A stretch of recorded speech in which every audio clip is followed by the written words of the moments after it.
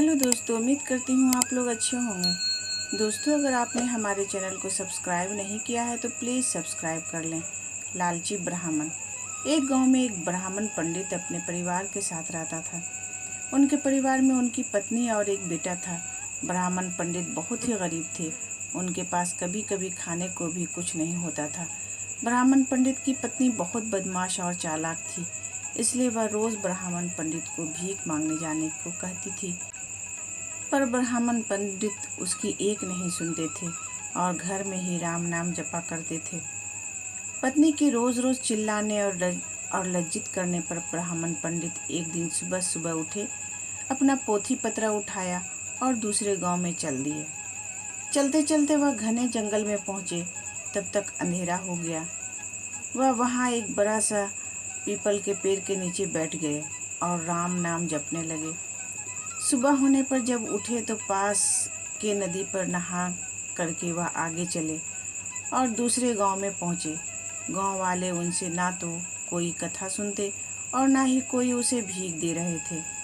वह ब्राह्मण पंडित दुखी होकर घूम फिर कर फिर उसी पीपल के पेड़ के नीचे आकर बैठ गए। वह पीपल का पेड़ बहुत बड़ा था। उस ब्राह्मण पंडित ने सोचा कि मेरी कथा तो कोई नहीं सुनता, यह कथा मैं पीपल के पेड़ को ही सुना देता हूँ। और वह अपनी कथा पीपल के पेड़ को सुनाने लगे।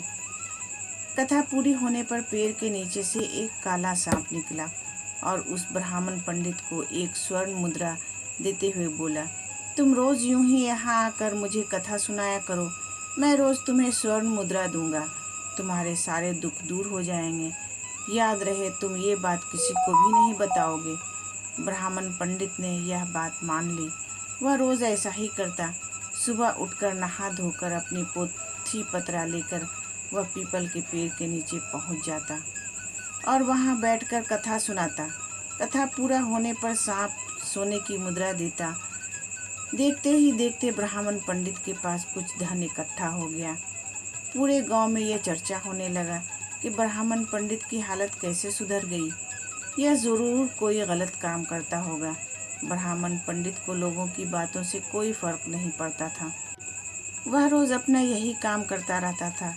एक दिन गांव की कुछ औरतें ब्राह्मणी पंडिताइन के पास गई और उससे पूछने लगी कि आपके पति इतने धनवान कैसे हो गए, वह रोज कहाँ जाते हैं और रोज उनकी कथा कौन सुनता है। औरतों की बात सुनकर ब्राह्मणी पंडिताइन के दिल में शक पैदा हो गया। उसने एक दिन अपने पति से पूछा कि आपको ये धन कहाँ से मिलता है, मुझे भी बताइए। ब्राह्मण पंडित बोला, तुम्हें इससे क्या मतलब है। ऐसा कहकर ब्राह्मण पंडित ने ब्राह्मणी पंडिताइन की बात टाल दी। पंडिताइन बार बार पूछती पर ब्राह्मण पंडित उसे टालता रहता। एक दिन ब्राह्मणी पंडिताइन ने ब्राह्मण पंडित को मजबूर कर दिया। ब्राह्मण पंडित मजबूर होकर अपनी पत्नी को सांप की सारी बात बता दी, जिस वजह से उसकी पत्नी के दिल में लालच आ गया और तब एक दिन उसने ब्राह्मण पंडित के खाने में नशे की दवा मिलाकर उसे खिला दिया और अपने बेटे से बोली, बेटा उस पीपल के पेड़ पर जाओ और सांप को मारकर सारी दौलत ले आओ। ब्राह्मण पंडित का बेटा अपने पिता का पोथी पत्रा लेकर वहां गया और पीपल के पेड़ के आगे बैठकर कथा सुनाने लगा। कथा पूरी होने पर सांप बाहर आया और उसको स्वर्ण मुद्रा देने लगा। तभी ब्राह्मण के बेटे ने कुल्हाड़ी से सांप पर वार कर दिया, जिससे सांप की पूंछ कट गई और तब सांप भी पलटकर ब्राह्मण के बेटा के पैर में डस लिया, जिससे उस लड़के की मौत हो गई। इधर जब ब्राह्मण पंडित उठा तो उसने देखा कि उसका पोथी पत्रा गायब है।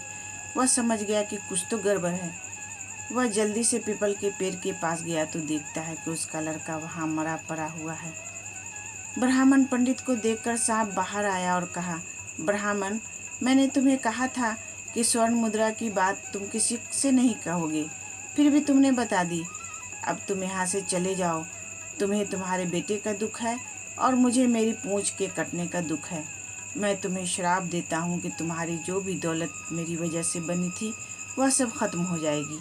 ब्राह्मण पंडित सांप के मुंह से यह सुनकर सर पीटता रह गया और रोता बिलखता अपने बेटा की लाश को लेकर वहां से चला गया। घर जाकर अपनी पत्नी को बोला, देखो तुम्हारे लालच की वजह से हमने अपना इकलौता बेटा गंवा दिया और हमारी सारी दौलत खत्म हो गई। ब्राह्मणी पंडितायन भी रोती रही।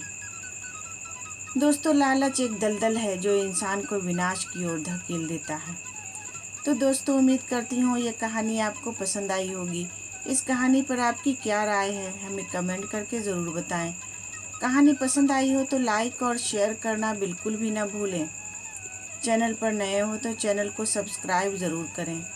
कहानी पूरा सुनने के लिए आपका बहुत बहुत शुक्रिया दोस्तों।